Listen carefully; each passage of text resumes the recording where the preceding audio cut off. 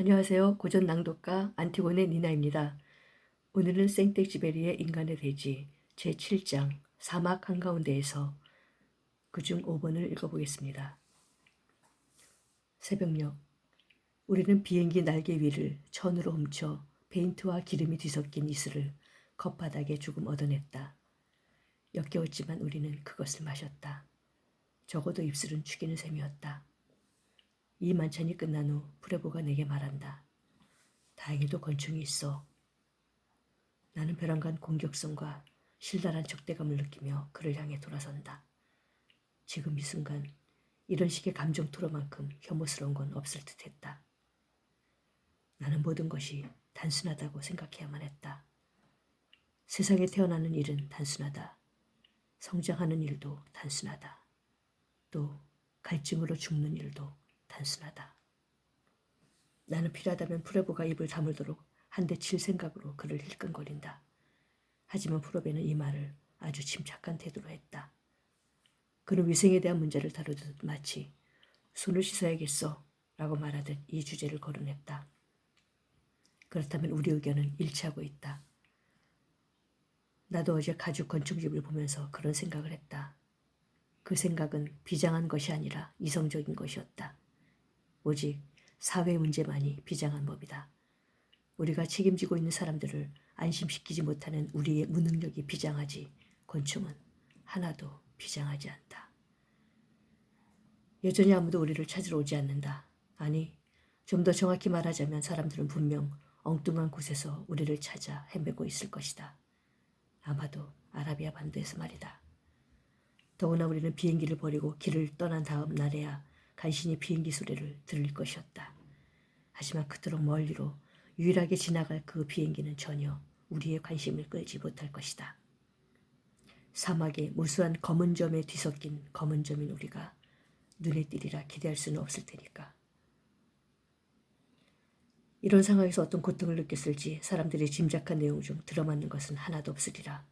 나는 그 어떤 고통도 겪지 않을 테니까. 내게는 구조대가 마치 다른 세상에서 돌아다니는 것처럼 보일 테니까. 3,000km 영역의 사막에서 아무런 정보도 없이 어떤 비행기를 찾아내려면 2주가 걸린다. 그런데 사람들은 트리폴리아와 페르시아 사이에서 우리를 찾고 있을 것이었다. 하지만 아무런 가망도 없는 처지라 나는 오늘도 신랄 같은 희망을 간직한다. 그래서 전략을 바꾸어 홀로 탐색을 떠나기로 결정한다. 프레보는 불을 준비해두었다가 누군가 지나가면 피울 것이다. 하지만 결국 우리를 찾아오는 사람은 아무도 없을 것이었다. 그래서 나는 길을 떠난다.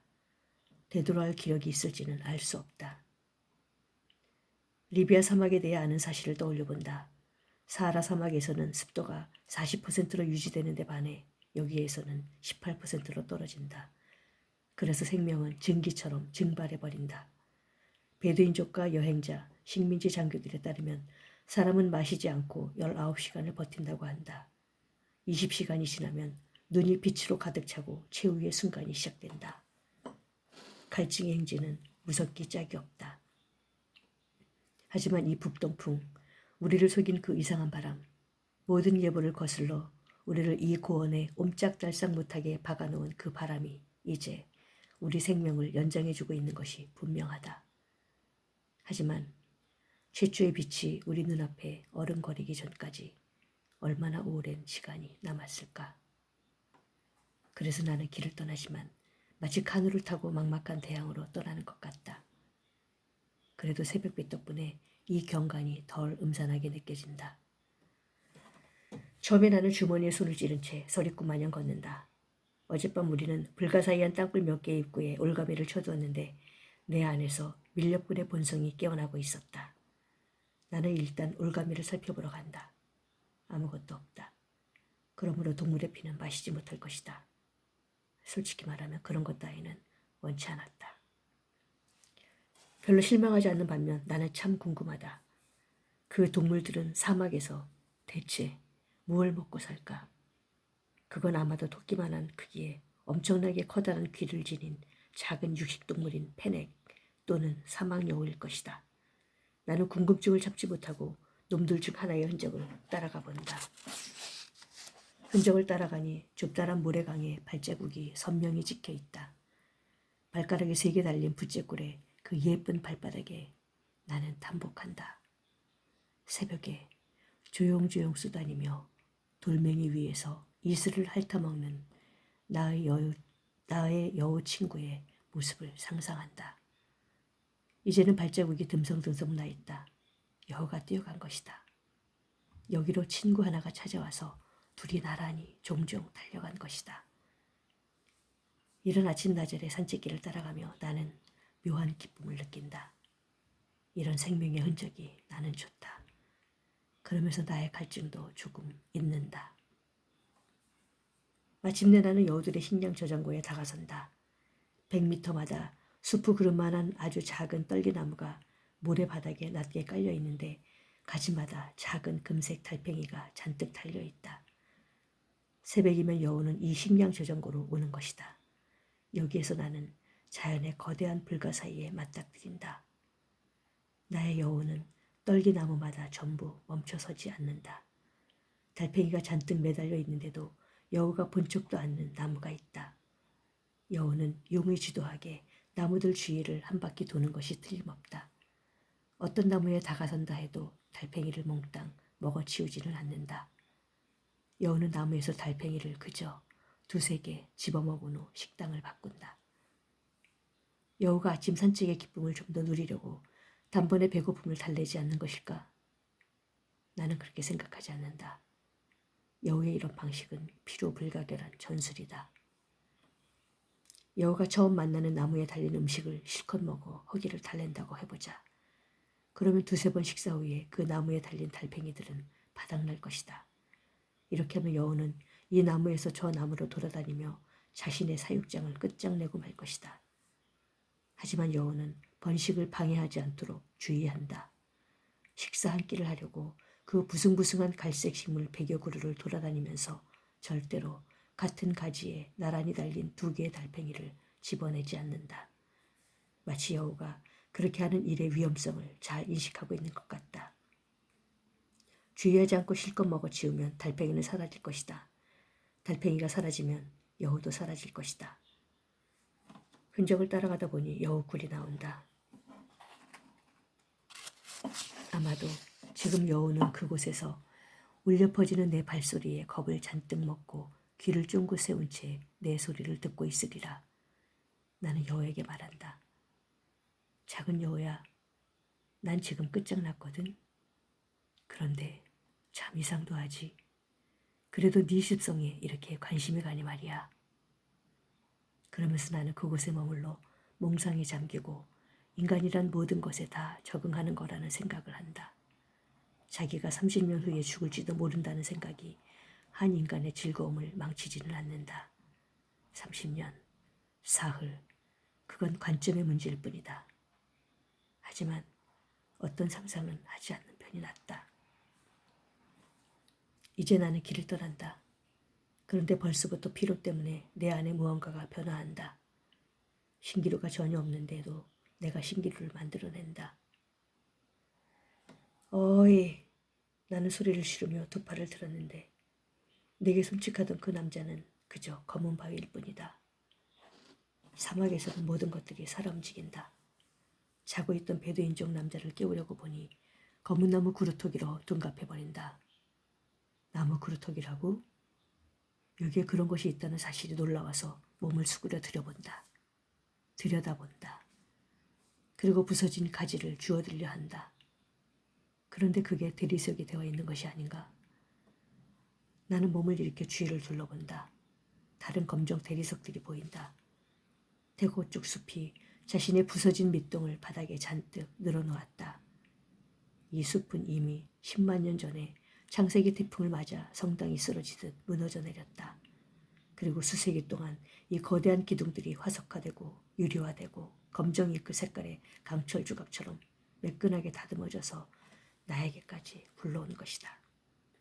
아직도 가지의 온이를 알아볼 수 있으며 살아있을 때의 배에 꼬인 흔적이 보인다. 나는 그루터기에 나의 태를 세워본다. 새들과 노래로 가득하던 이 숲이 저주를 받아 소금으로 변했다. 나는 이 풍광이 내게 적대적이라고 느낀다.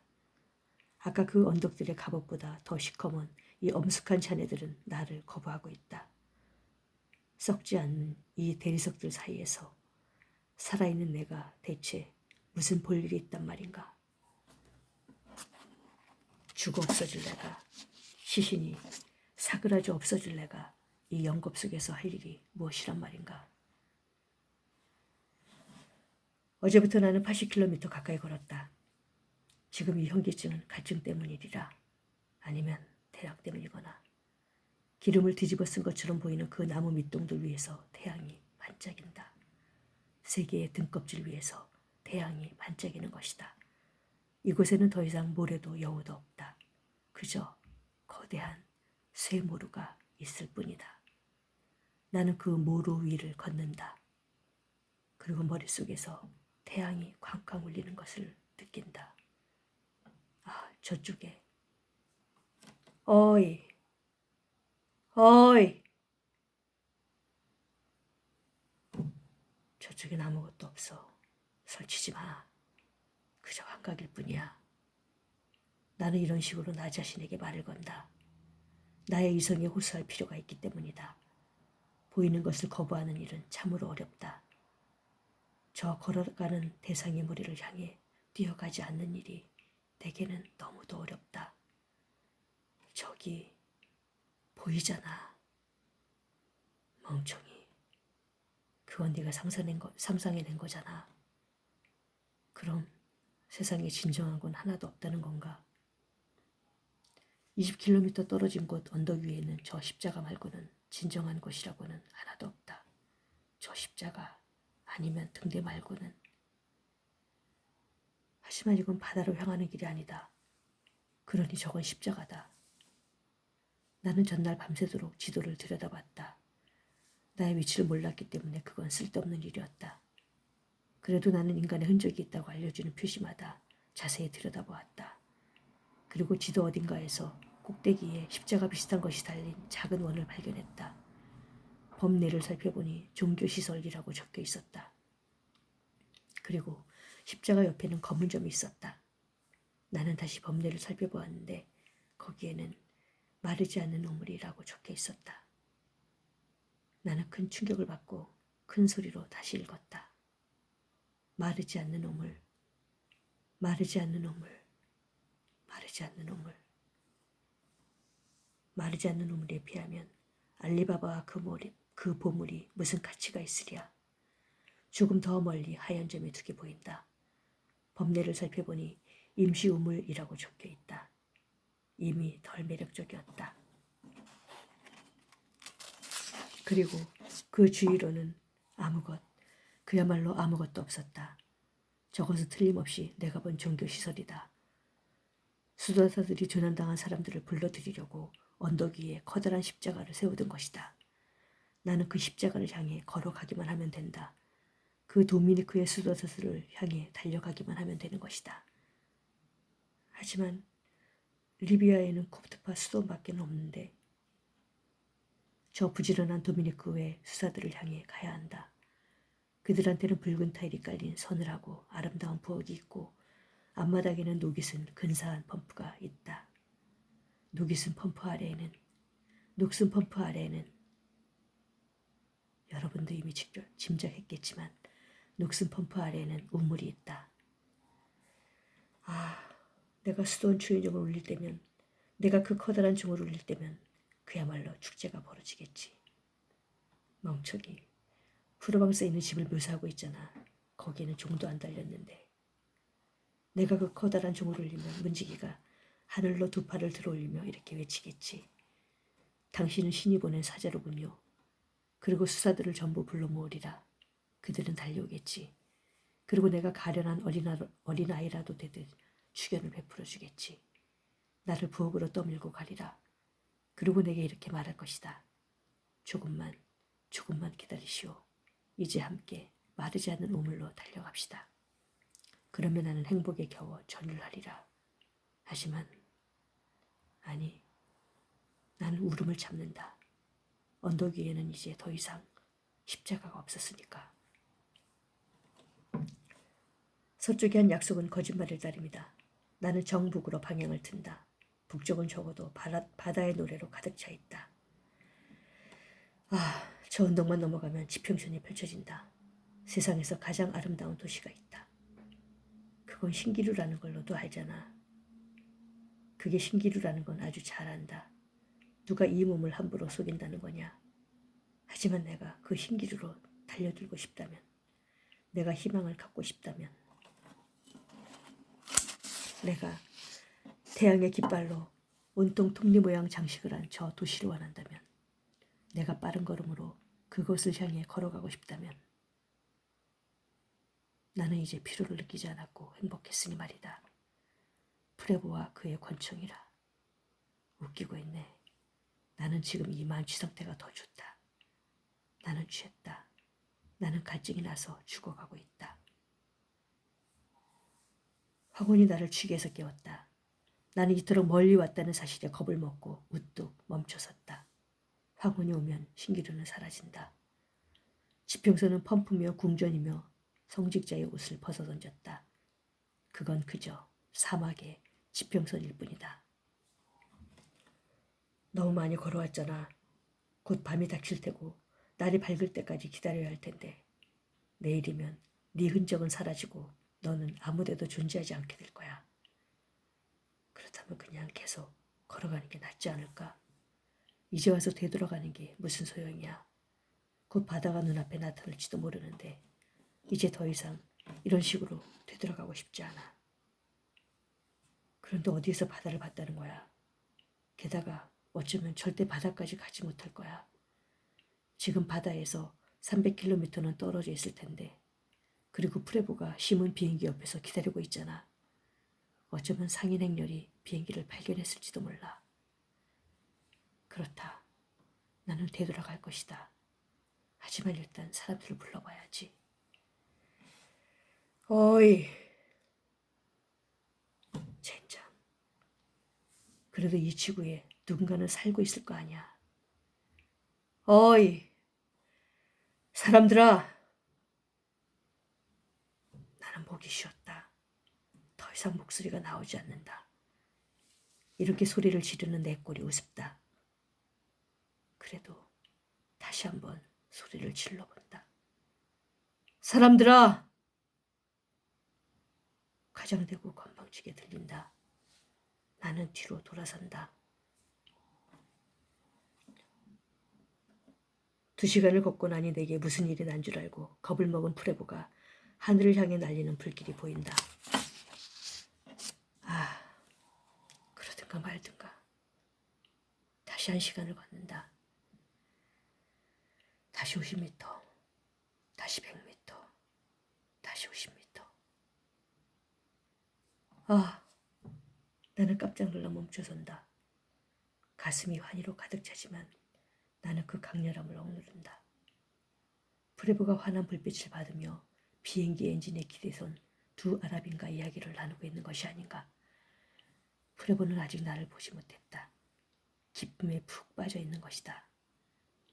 프레보처럼 기다렸더라면 진작 나는 해방되었을 텐데. 나는 기뻐서 외친다. 어이! 베린족 2 사람이 깜짝 놀라 나를 쳐다본다. 프레보는 그들을 버려두고 나를 향해 걸어온다. 나는 2 팔을 벌린다. 프레보는 내 팔꿈치를 붙든다.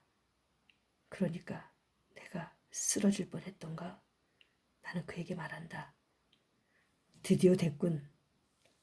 뭐가? 아랍인들? 무슨 아랍인들? 저기 자네랑 같이 있는 저 아랍인들. 프레보는 나를 이상하게 쳐다본다. 그리고 마지못해 심각한 비밀을 털어놓으려는 듯 보인다. 아랍인이 어디 있다고 그러나?